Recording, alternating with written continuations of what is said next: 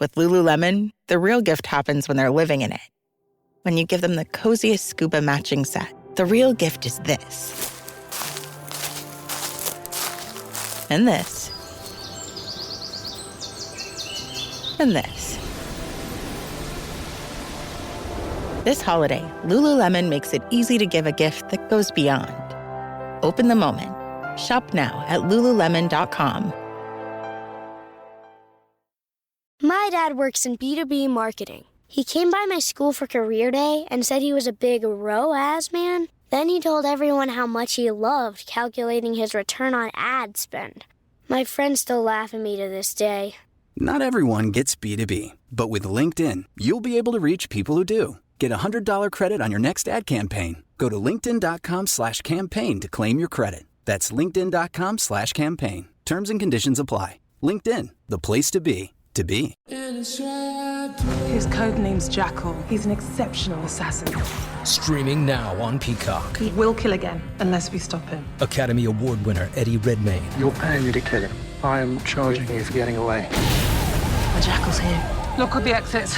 BAFTA Award winner Lashana Lynch. I will find him, and I will kill him myself. I like to win. So do I. The Day of the Jackal. Streaming now, only on Peacock.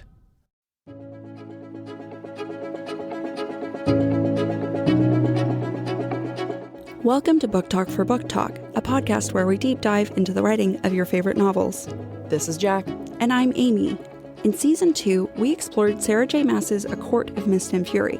In our post-season content, we look forward to sharing listener feedback we received as well as interviews with some exciting guests. You can also expect to hear some special listener-requested content. The views expressed by the hosts and guests are entirely their own and in no way represent the thought or intentions of the original author. This podcast is a discussion shared to spark thought and conversation on the characters and themes of this novel. Though the hosts speak mostly within the constraints of this book, series spoilers may be discussed with or without warning. Explicit language as well as themes of sex, violence, abuse, self-harm, and depression will reoccur throughout this podcast. Listener discretion is advised. Melody Muzljakovich, known professionally as Melody Muze, is a voice actor known for her work in indie video games and audiobooks. Melody most recently has been the voice of Feyre Archeron in Graphic Audio's production of the Court of Thorns and Roses series by Sarah J. Maas. Welcome, Melody. Hi! Hello. Hello. Also known as Feyre Archeron. Or Feyre Archeron. Feyre, I get in trouble. I don't say her name correctly. Actually, let's ask Melody, how do you say Feyre's name? Okay, so it definitely is Feyre Archeron. Okay. You make it sound so smooth. Yeah, Like, she does. Well, I'm not trying to, but yeah, I'm pretty sure that's how it's pronounced. And if not, oops, sorry. No, it's no. I say Feyre, like it's like Sarah.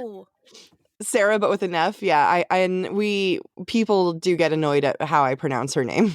I have noticed that. I've noticed people get a little agitated when you say the names incorrectly. And it's really funny because we actually have the official pronunciation guide for all the names. Oh, so okay. A lot of people were really upset with Rhysand. They were like, it's Rhysand. It's not Rysand. And I'm just sitting there like, why would you name him Rice? Rice? Yeah, no, doesn't make sense. So... The worst part is I heard the audiobook before I even read the book, so I have no excuse. Like it's I just the can't. way her brain works. It's just Feyre. Oh, I did it. There you Melody, go. you're a good influence. You're a great influence. Thank you. So tell us a little bit about yourself. How long have you been a voice actor? Okay, so I have been voice acting for about 6 years now. We're going on to the 7th year, I think, by the end of this year, of course. Oh, wow. Because I actually started in December. Now, the first couple years of my voiceover journey, it was kind of just me dabbling and seeing if I was really into it. And I just kind of fell down the rabbit hole. I really liked the auditioning process. I really loved getting cast, of course. And I just fell down the rabbit hole. I just kind of fell in love, and here we are. What's the auditioning process like? The auditioning process is pretty simple. I mean, and it's going to always vary with each project and who's sending you the casting call. But when I first started out, I went to like free websites like Casting Call Club. I went to behindthevoiceactors.com.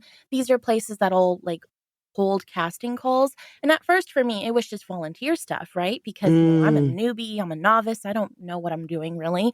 And, and my quality was also really bad. But, I gave it a try and I gave it a whirl and I just put my all into each audition and I just was getting lucky. And I was like, okay, wait a minute. Maybe we actually have something here. And that's when I started being bolder and I started auditioning for more professional stuff with like indie developers and indie games. That's actually my first gigs were indie games and I still do indie games. So we'll hear you. We'll like if we're playing any games, we'll keep an ear out. Oh yeah, please do. Yeah, I come from a big gaming family and we love indie games. So I will have to look up the games that you're in and give them a shot. Of course, like you can check out all of that on my website. I try to stay on top of my website and like, post when I have a new role or I'm in a new game or this, that, and the other. So, and if anyone's interested in looking up Melody's website, it's www.voicesofmelody.com. You record from home, right? Right, I do. I actually use a punch and roll. A lot of narrators use this system. So what we'll do is that if we bork like a phrase of a sentence instead of the whole one, I'll just go back to that part that I kind of borked and I'll just, punch and then roll it again and record in that spot that I messed up. And the trick with that, though, is that you have to you have to be really in tune with yourself and your acting to really make it as smooth as possible. Like it sounds like you did that in one take, not, you didn't punch and re-record it, Right. So, whereas I could not tell. Yeah, no, you can't tell at all. I was editing one of our episodes yesterday and in the same sentence, Jac said, sorry, Jac, to put you on blast. It's all right. The listener should know. She said forgived and then forgave, but in two different contexts. So I had to like take forgave from one's part of the sentence and replace the forgived because that's not accurate in the context of the sentence. I was like, I hope this sounds good. I merge like I was the other day. I was trying to say Twitter and Instagram, and it came out as titter. It's like if you honestly the way that it sounds when listening to the graphic audio, it's just it sounds like you're just reading it completely, one's breath the entire time. It sounds so smooth. Yeah. I really appreciate that. And that's definitely thanks to the punch and roll method that, again, a lot of us narrators use. And it's for that reason, because it sounds so smooth. Like, oh, yeah, I didn't re-record this like 5 or 6 times. No, not at all. I didn't mess up on this one line over and over. I've driven myself crazy so many times where I have like one line and I'm at the end of recording this entire book. I'm right there. And I just can't get it. I just can't get it. Like, no, we're right there. It's comforting to know the struggle is there for everyone. Oh, yeah. It is not just you Yes. all. I promise. We all struggle over here. Like, we all do. Like, we might sound all nice and clean and polished once it's released, but the process, it's messy. Well, related to the graphic audio, what is it about graphic audio that you like compared to audiobooks? Oh, well, I really love the fact that it has all the sound effects and the music. I love the fact we have an entire cast because as much as I love narrating audiobooks on my own and love telling the story in my own interpretation and giving everyone voices and doing all the acting, first of all, it's a lot of work. And secondly, so it takes a lot of that burden off, but so that way I can really focus on the narration and my performance in the dialogue and really, really amp it up because I am I'm a voice actor at the end of the day as well. I'm not just a narrator. Not that you can be just a narrator because narrators act too. But so that's what I really like about the graphic audiobooks. It also kind of hits like a little bit of a nostalgic spark inside of me because I remember when I was like a really young child, I would go over to my cousin's house sometimes and stay over there. And she would actually play like I think it was like Lord of the Rings or something. And it had like sound effects and music and the storyteller, of course, he was like an older sounding gentleman. He had an accent. So it was just really, it was very fairy tale like and just it really immersed me. And I was just like, oh, this is so nice. And now I'm here like several years later, and I just found graphic audio, and they do basically a very similar thing. And I'm like, oh, this is cool. And I'm like, and I think what's really special about graphic audio and how they do audiobooks, from what my observations, is I've seen a lot of people who don't even like audiobooks. I've seen them giving it a try because of graphic audio style. And they have really enjoyed them. And, a lot of the complaints from them are usually like, I can't really, pay attention to audiobooks because I can't sit there and listen to one person read for hours and hours, which is totally understandable. And with graphic audio, you're not listening to just one person. You're listening to, a whole vibrant cast, with many different personalities, different pitches and tones and textures. And of course, the sound effects and the background noises and the music. It's great. It's such a fun experience because like I'm an audio book aficionado. So listening, I mean, I hadn't listened to a graphic audio until Thorns and Roses, Mist and Fury, Wing and Ruin with the cast and everything. And I was absolutely surprised with how fast of a pacing it is. And because like these audiobooks are like 24 hours long. And then this one, I don't know if you felt that way too, Amy, but it went so fast in a good way. Yeah, in a good way. I listen to audiobooks on like 1.5 speed, but graphic audio, I listen to it at the regular speed because that's a compliment. That is a compliment. Because it is fast paced and I feel engaged in it. Oh, yeah. I mean, for me too. And it's funny because I'm actually a faster narrator. I'm not one I'm not very slow. I don't take my time. I'm really in the moment. Especially if I'm first person. If I'm doing first person, I'm a lot quicker because this is happening right now to this character. She's experiencing, he, she, they, them, they're experiencing it right now. And that's what I try to portray when I'm narrating first person. So it was really nice to actually like be told not to speed up or not to slow down. Just be you. Just narrate as you would. And I was like, oh, yay. Because I know there's some people who don't like how fast I narrate. But at the same time, that's what feels most natural to me. And that's what I always encourage with people who want to get into voiceover or narration. You need to stick with the speed that feels the most natural to you, that just comes most naturally to you. Of course, it really depends on the project too. So in this case, my director, she's had to tell people to speed up a little bit when they narrate. Funnily enough, I worked on another project with graphic audio where I had to do a lot of narration. And this is hilarious to me because I am a faster narrator.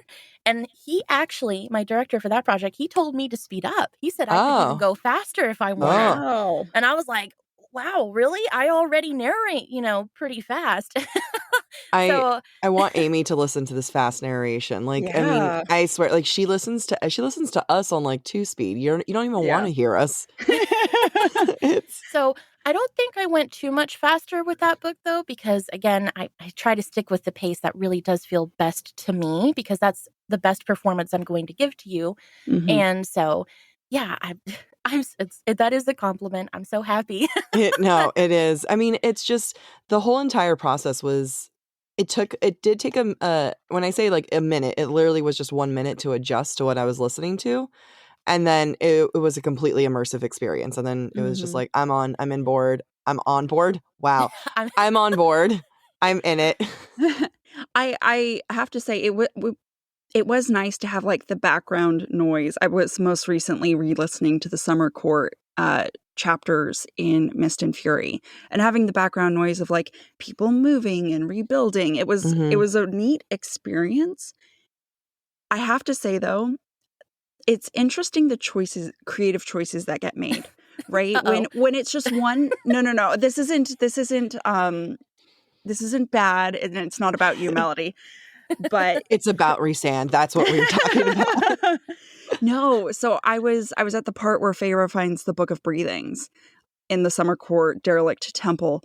And in my head, the Book of Breathings is always a female voice, but in the novel it's a male voice. And I was like, what?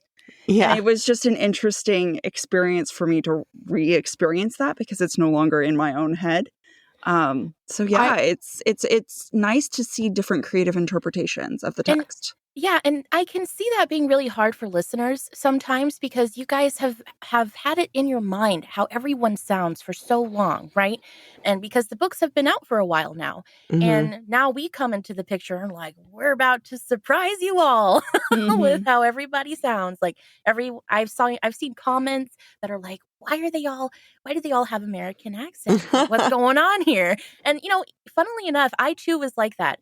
When Sarah J. Maas and her team requested I audition for Feyre, I was kind of expecting, like, we would like you to try using, like, a British RP accent or something like that. No, Mhm. that's kind of what I was expecting.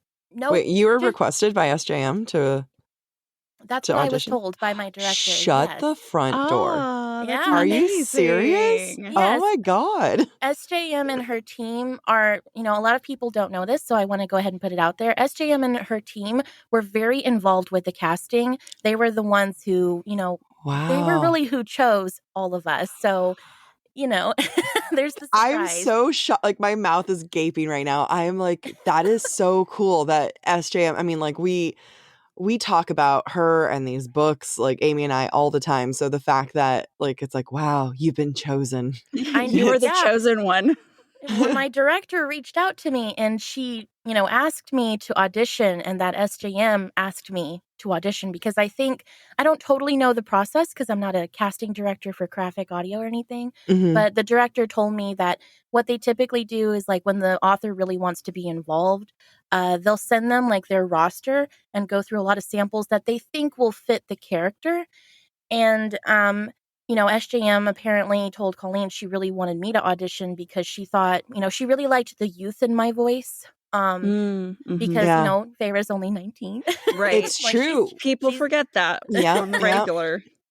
and so, she requested that because of my youth, the youth in my voice. And she also apparently really liked my acting. She liked the fact it wasn't too, I think my director used the term polished. Mhm. So that's why I was super excited myself because, well, this is the next question. Yeah, So this goes. I'll go into the next question. So, did you know about the whole ACOTAR series before this project? So I did, but I did not read them. It's so funny because just before this happened, this whole, me auditioning for this and everything happened, I went to, actually, this was around the time. I was told a little bit about ACOTAR. Somehow I wound up on Book Talk on Yeah, TikTok. we all do. We all end up there. We all end up there. And, there's a lot of A Court of Thorns and Roses stuff on there. So I definitely had heard of it. I knew of its popularity, but I personally have not read it. And I even so I went to my sister-in-law's Bridal shower? bachelorette party. Bachelor. Oh, okay. Bachelorette. Gosh, bachelorette party. I don't go to these things very often, so, but I went to that, and a lot of the girls there are fans of this book series, and they were like, "Well, do you like romance? Do you like saucy stuff and fantasy and blah blah blah blah blah?" blah? And I was like, "Yeah, I do like that stuff." And they were like, "Okay, well, you should check out this book series." So, and I just let them know that, yeah, okay, cool. And then around that time, that's when I got the audition. I got well, it's Wow. funny. The first email I got that I saw mention it, Graphic Audio was like, "Oh my gosh, we're so excited to say that, Sarah J. Maas and her team wants to produce A Court of Thorns and Roses. This is super huge for us," because Graphic Audio is kind of on the more unknown side. Like, I don't think they have a huge, like, they have an audience for sure, Yeah. but they're not like, Audible or anything Oh, like I that. hadn't heard of them until this announcement. Exactly.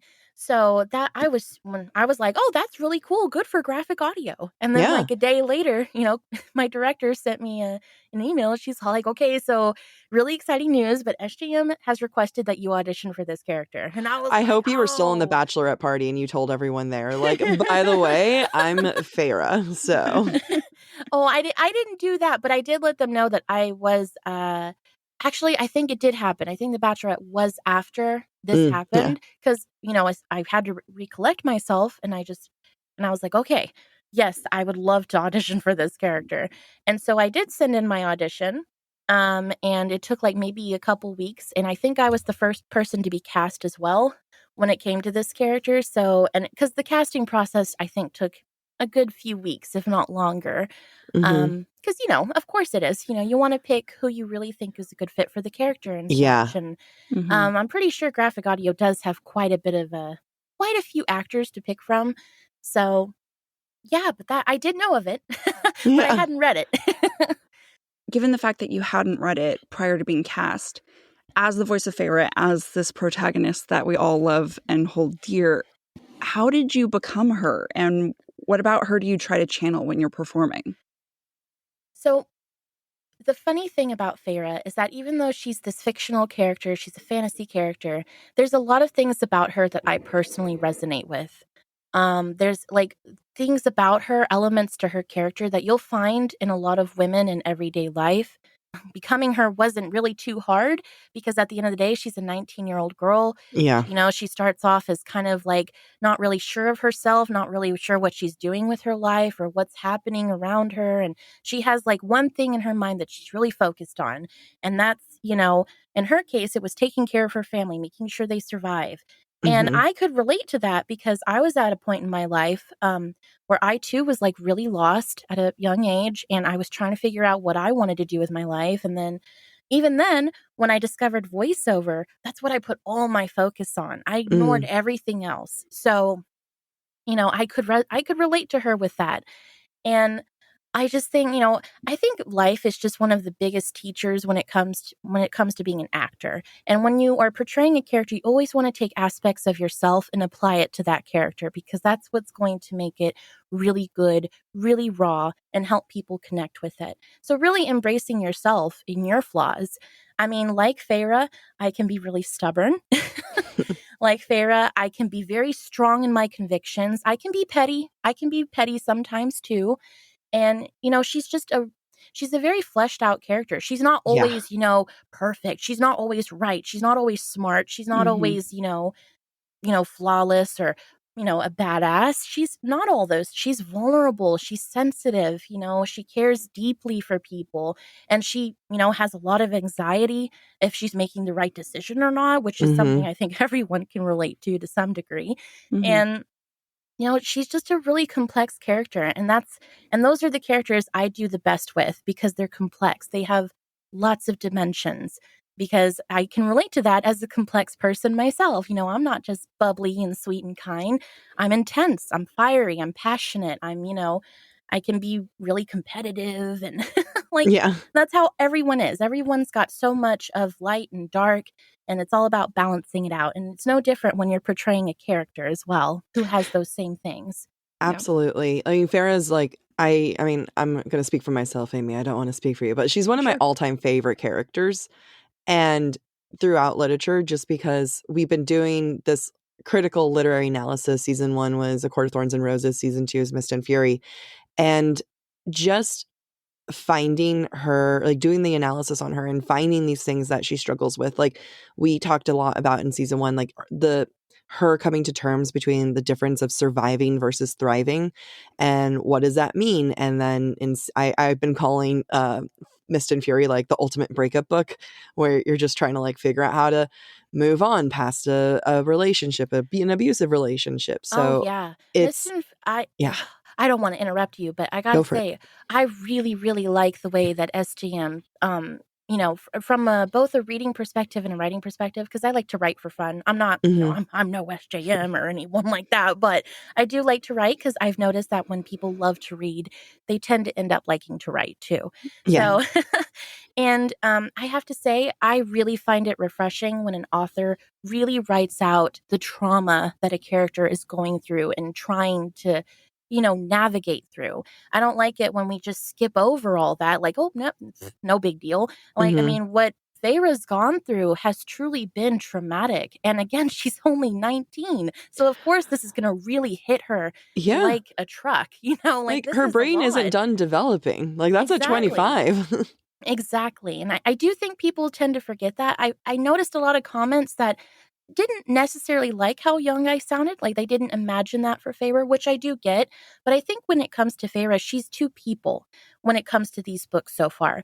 I think at the beginning, which makes sense, And also from an acting perspective, it always makes sense to start off more frail, more fragile, more vulnerable, more sensitive. It always makes sense to start off that way with the character because you give that character so much room, so much potential for this incredible growth. From them to go to this, I'm unsure of myself and what I'm doing. I don't know what. And then Feyre becomes strong. I am the queen of the night court. Yeah. Don't Yeah. F with me. You know what I mean? So, and I love that personally as an actor. I love portraying those characters and like doing that escalation. And it's an incredible journey. And what I love most about what you just said is this balancing of good and bad, light and dark, because that's what the huge theme has been of season 2, talking about Mist and Fury, that Feyre's these contrasts and she's got these two warring sides in her and she's trying to find balance. And I love that even for you as an actor who's not doing the literary analysis but analyzing the character, saw the same thing that we saw in Feyre. And I think that's beautiful. This just reminds me of, Amy, you're gonna have to like correct me a little bit on this, but one of the early signs in Mist and Fury that SJM added that we called out was Feyre's with Lucian and Tamlin, and they're on horses, and there's 3 shades of horses there, and there's a white one, a black one, and a gray one, and Feyre ends up choosing the gray one because no, she's on the white one. Oh, she's on the white one, right?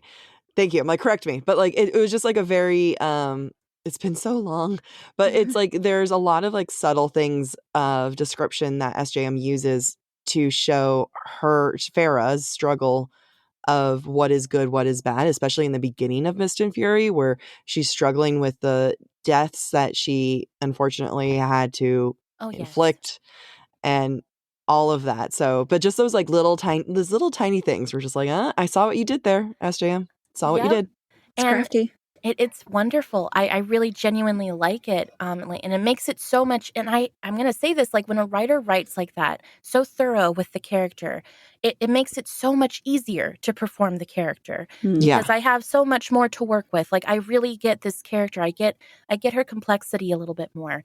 And, it's a real testament to Feyre's character because she's been through so much. She has every reason to become evil if she wanted to. I would give her the go ahead. Here you go, queen. Go be horrible and terrible. But you know what? I still root for that. I still am like, you know what? You never got your reputation phase, as I like to call it. Like her Taylor Swift. Revive Amarantha and torture her if you'd like. Yeah, why not? With that. You owe it. You owe it. Fall has officially started here in Los Angeles, and that means we finally get to do fall activities. I have been counting down the days for when I can go to pumpkin patches, maybe even hit up an apple orchard, and I get to do all of it looking super cute in my Quince boyfriend sweater. This weather is perfect for my dark academia vibes, and I'm so excited to bust out my washable silk blouse because I'm going to be taking pictures. Quince is known for their Mongolian cashmere sweaters from $50. And that's not all. Quince has so many other amazing things on their website. All of those items are priced 50 to 80% less than similar brands. That includes leather jackets, cotton cardigans, soft denim. Like my entire fall wardrobe is genuinely turning into Quince wardrobe. By partnering directly with top factories and cutting out the cost of the middleman, we get savings as the customer.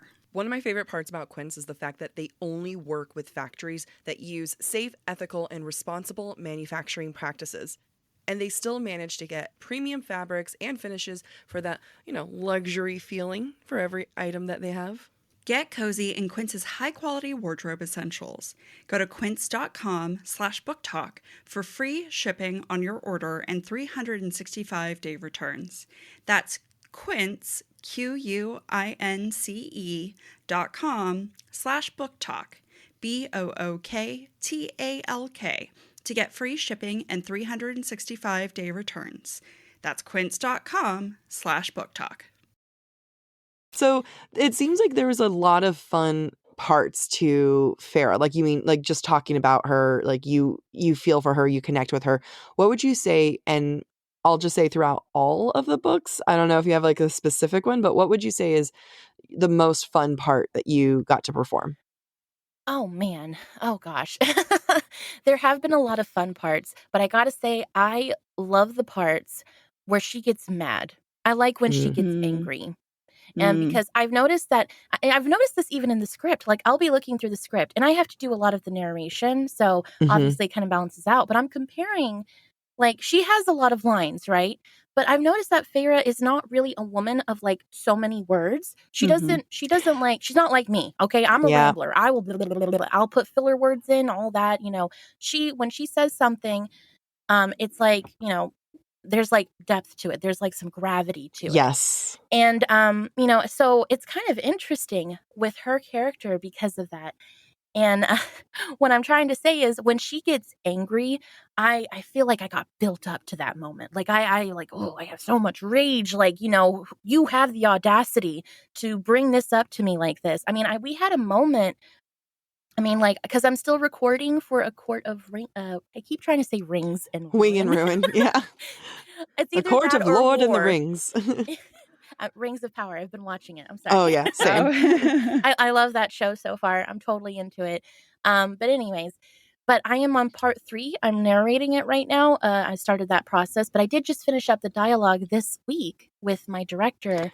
Oh. And it was, you know, there's a part of me that hates when Feyre gets defensive, and then there's a part of me that loves it because it's like, oh man, this is so me. Like, I too can get defensive like this.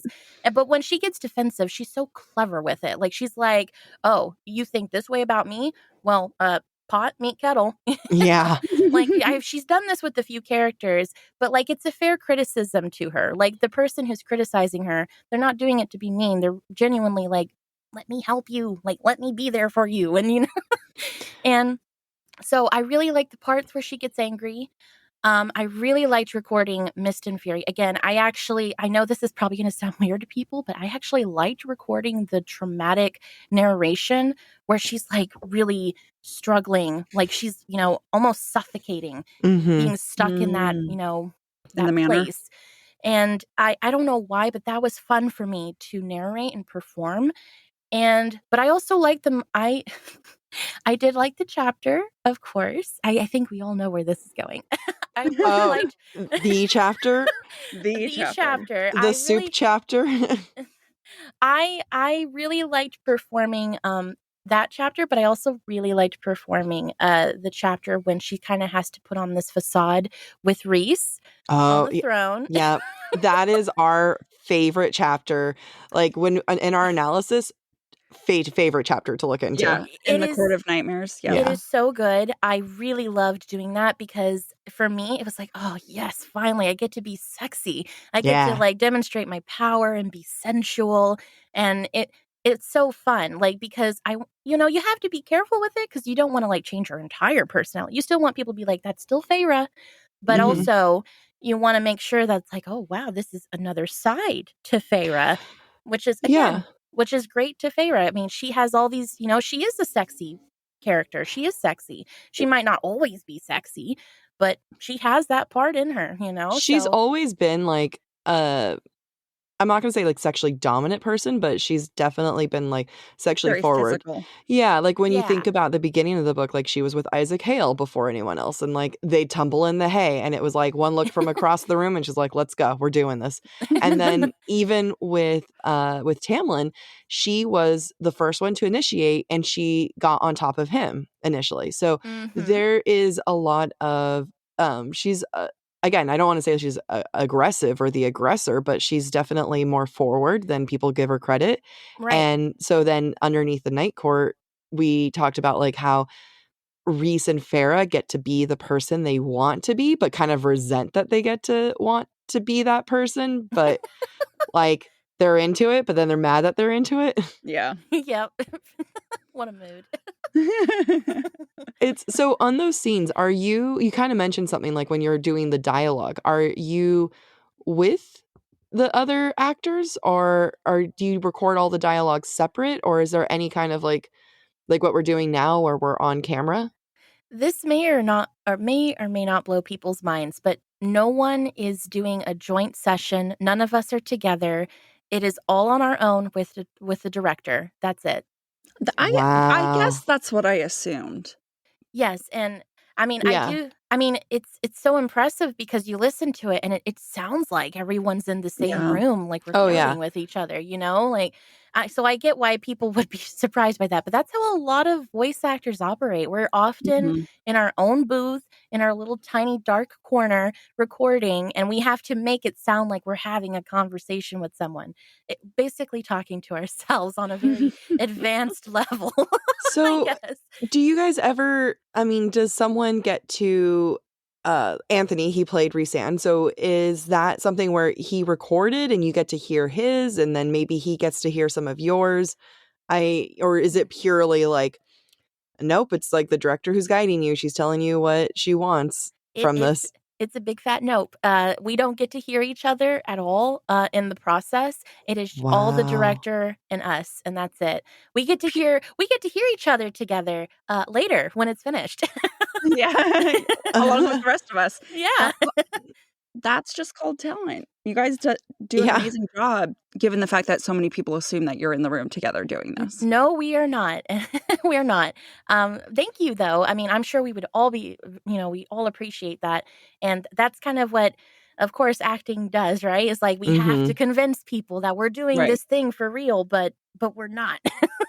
But you So, convinced us. You did it. Yeah. yay. So kind of relatedly, what do you feel like was the hardest part of recording this, or was there a particular scene that was particularly difficult?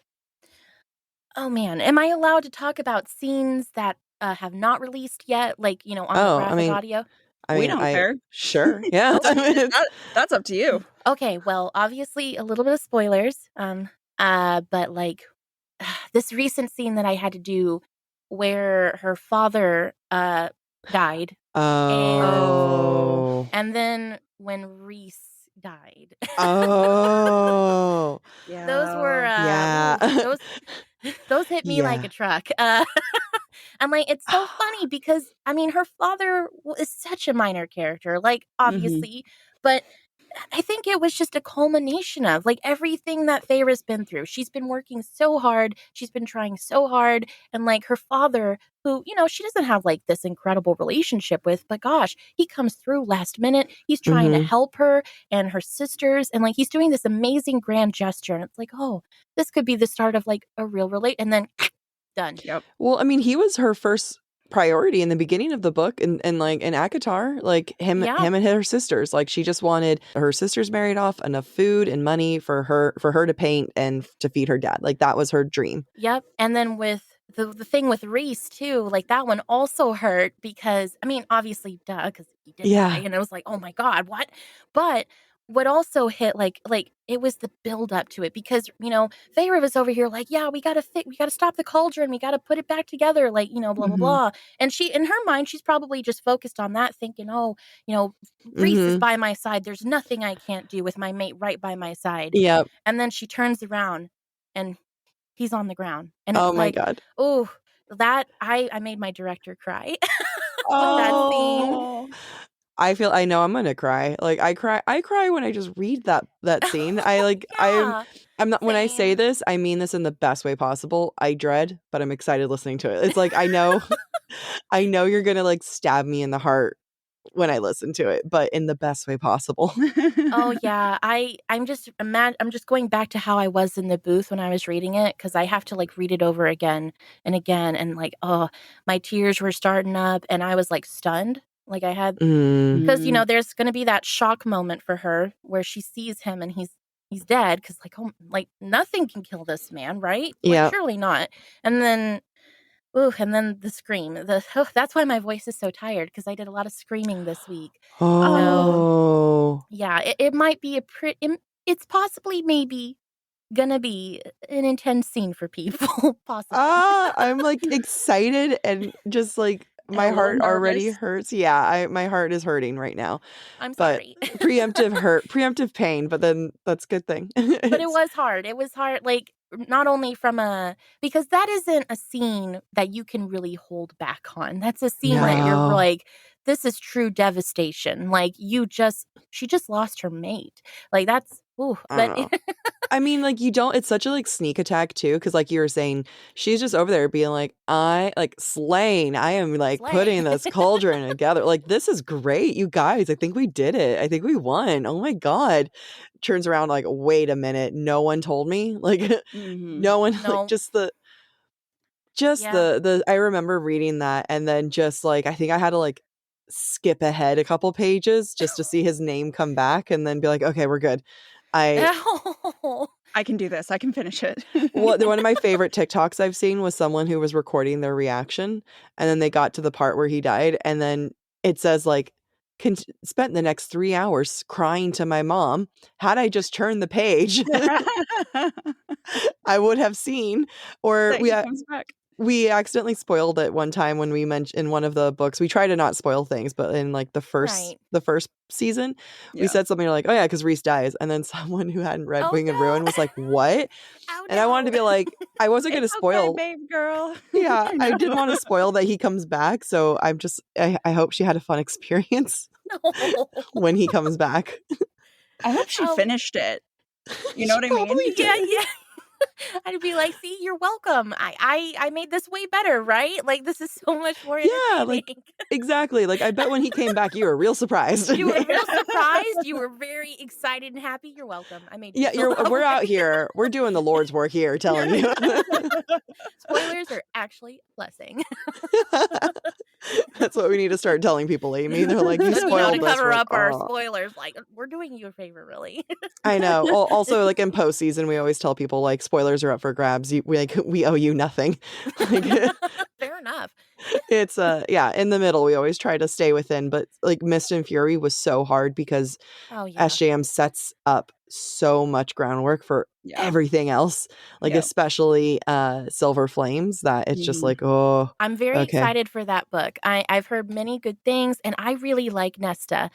There's a part of me that it's like, man, that's a character I would have loved to audition for myself because I can age my voice. I can sound a little, queenly and a little angry. I was like, wait, I'm like, are you about to give us like your Nesta, like what your Nesta voice would be? Okay. I mean, I can if you really want to. No, but, we won't put but you it on the won't spot. sound right because now I mean, everyone's so used to Feyre that it's like, it'll be weird. We adore Nesta here. We're big Nesta fans. Oh, I like her too, and I really love who they chose for her to portray her. Natalie Van Sistine. She is. Her voice is so beautiful, and it's chef's kiss. It's perfect. Yes, to get her. To get an entire book of her, I'm so excited. She's amazing. Too. She is so great. And she regularly works in anime. She dubs over in anime all the time. And she's been in video games too. She's just so talented. And I talked to her too because I loved her voice so much. And I know she's only said so much in the book so far, at least compared to like me. But I had to let her know. I was like, oh my gosh, this is really impressive for me because I actually was able to combat my social anxiety and reach out to someone and be like, I really liked your voice. Your voice is really pretty. That's amazing. And she was so sweet in response. And we talked a little bit. And, I'm very excited for her getting to narrate. And I think people are going to love her. So for sure. Oh, yeah. Sure. I'm very excited. So we talked a little bit earlier about, what you like about Feyre and everything. But I was just like, after talking a little bit more and, now that you are wrapping up Wing and Ruin, is there anything that, what would you say is your favorite thing about her? I like the fact that Feyre is a woman of action. I like the fact that she does think. I'm not saying she doesn't think, because I do think she can be impulsive, but I really like that about her. I like the fact that when it comes to her friends and her loved ones, there's no and, ifs, or buts. And she just goes in, she dives in, like, I'm taking action. I'm going to fix the damn thing. Like, I'm going to do this. I love that attitude in anybody, really. But I really love it in women in particular. Because I feel like women are often socialized and taught that, you need to be demure. You need to let the more masculine forces lead and take charge. And after but we've seen in these books time and time again when Feyre takes a step back and lets the masculine forces go to work. But let's face it, stuff actually gets done and accomplished when she takes action. So, and I like to see that. I love that about her. And I love that she has such strong convictions. She knows right from wrong. Like, it's not a question. She knows right from wrong. We saw that with Tamlin. I know. You must not be named. I'm just kidding. But like with Tamlin, we kind of saw that, near the beginning where we have the nymph, right? The water nymph, and how, her and her sisters, like, they're really struggling. Like, I believe they were starving, right? And, Tamlin's just being a complete jerk about it. And he's just being so not sympathetic, whatever. And, to his credit, he is considering his position. He's also, the politics and whatever. But for Feyre, she doesn't think of any of that. All she sees is a creature in need. That's it. Like, this person's in need. I'm going to help them. And she's like, I have all these things that I don't need. Here, take them. Go get food. And I was like, yep. Because, I like to think that's how a lot of people think and feel. So I really like that about her. But I also like how vulnerable she is. I like how deeply she feels for everybody and everything. I like how she really tries to sympathize with people and their situations. And I've really, because I didn't think she was going to be that kind of character. I thought she was just going to, kind of grow up and develop to be a total hard ass. But even now, even after everything she's been through, how hurt and how traumatized and tortured she's been, there's still kindness in her. There's still compassion.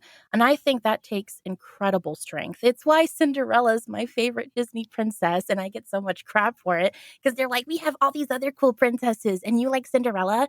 I like Cinderella because despite the fact that she was literally mentally, emotionally, and physically abused all her life, she still was kind and compassionate to everyone. It takes so much strength to be that way because she has every reason to be mad and angry and even turn evil and dark. Same with Feyre. Feyre can do that too because she's had a really rough life. She's been given a very raw deal. I mean, this is my one complaint. It's like, why is the youngest sister taking care of the older sister? Oh yeah. Yeah. We have theories about that. We have, yeah. It's poor Feyre. Like, I mean, she's been so othered, right, by her own family, by being a human in the fairy world for a while, and then but rather than being resentful, like she seeks that out in other people, like their otherness. Right. And even when she becomes the fairy, she's still othered because she was made, like she was brought back to life. She wasn't born a high fae, so it's not the same. So, but I overall, she's a very strong character in many ways, not just like physical or, she's a badass or she's great with her powers. No, her strength comes with her character. The fact that she cares for people, she's a woman of action. She's going to think about things sometimes, but she's still going to take action at the end of the day. Like she's someone, like that's definitely someone who I would want as a best friend. Like someone. Oh yeah. I mean, her and I would butt heads, of course, like because we both have strong personalities. But I do think at the end of the day, she would have my back and she would help me. She would put her all into helping me, like every ounce of her. So. You're right. I mean, you're absolutely right. And it's amazing to have such a strong character and then just to be surrounded by, let's be real, the men in the characters that don't tell her anything. Oh, that's so nice.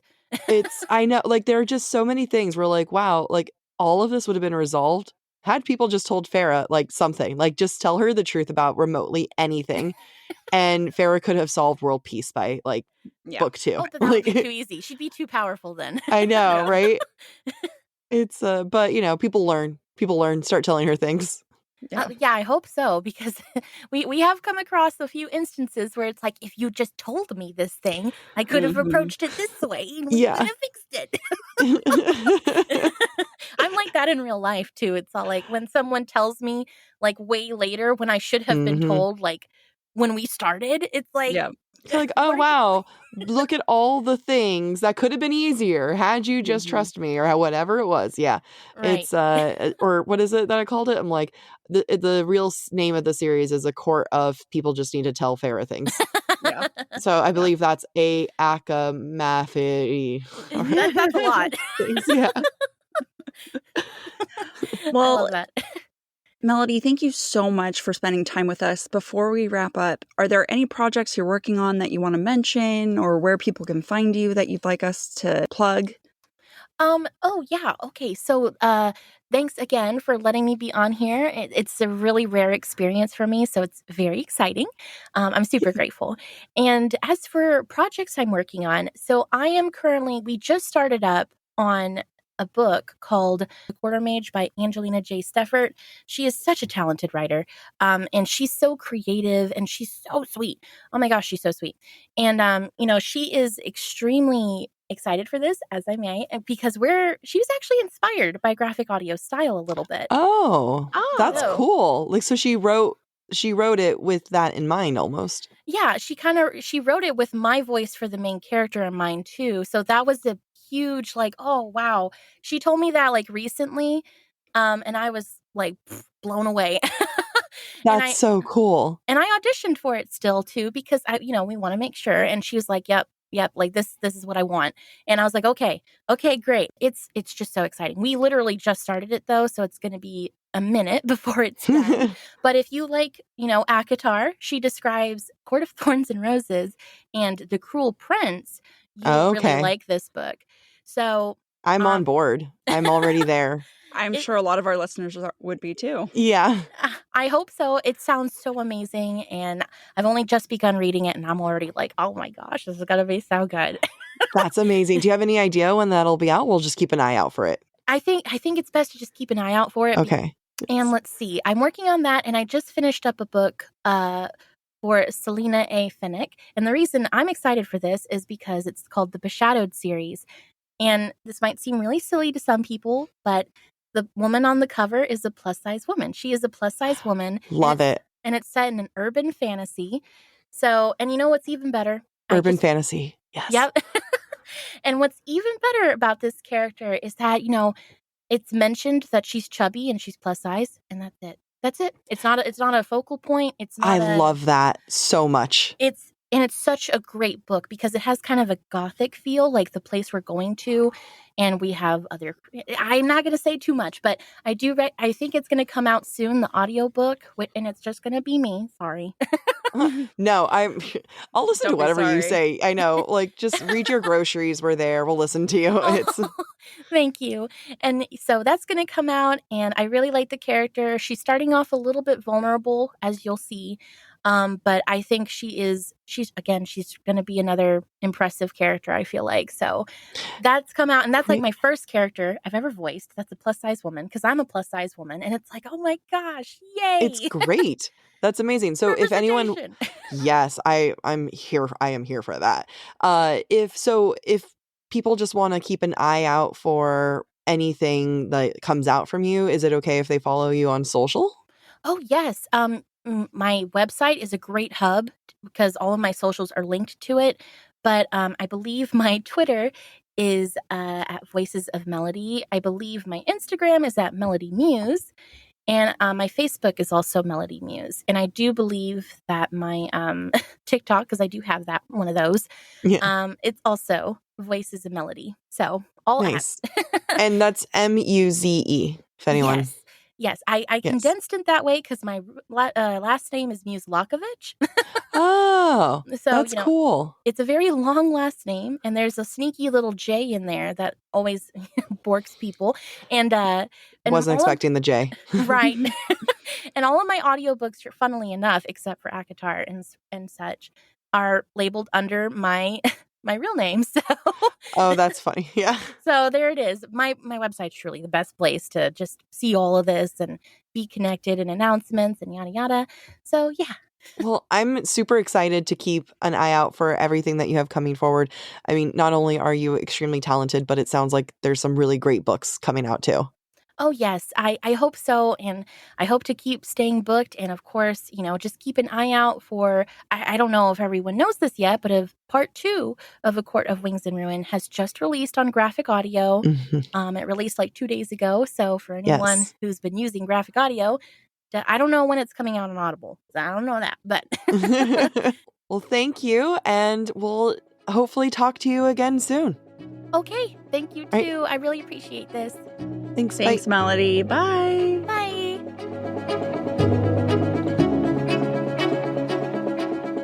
Thank you for listening to this special episode of Book Talk for Book Talk.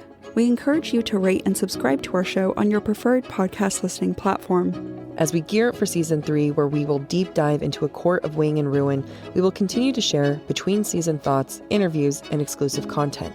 We would love to hear your thoughts based on today's conversation. You can submit your comments to our form at booktalkforbooktalk.com for a chance to have your feedback discussed during a weekly mini-episode. If you are enjoying the podcast, visit our website, booktalkforbooktalk.com, to view our latest merch and to learn about supporting the show through Patreon, Ko-Fi, or Venmo.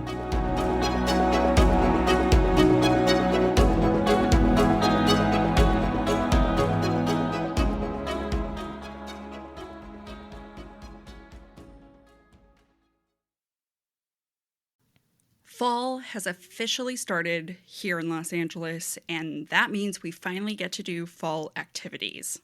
I have been counting down the days for when I can go to pumpkin patches, maybe even hit up an apple orchard, and I get to do all of it looking super cute in my Quince boyfriend sweater.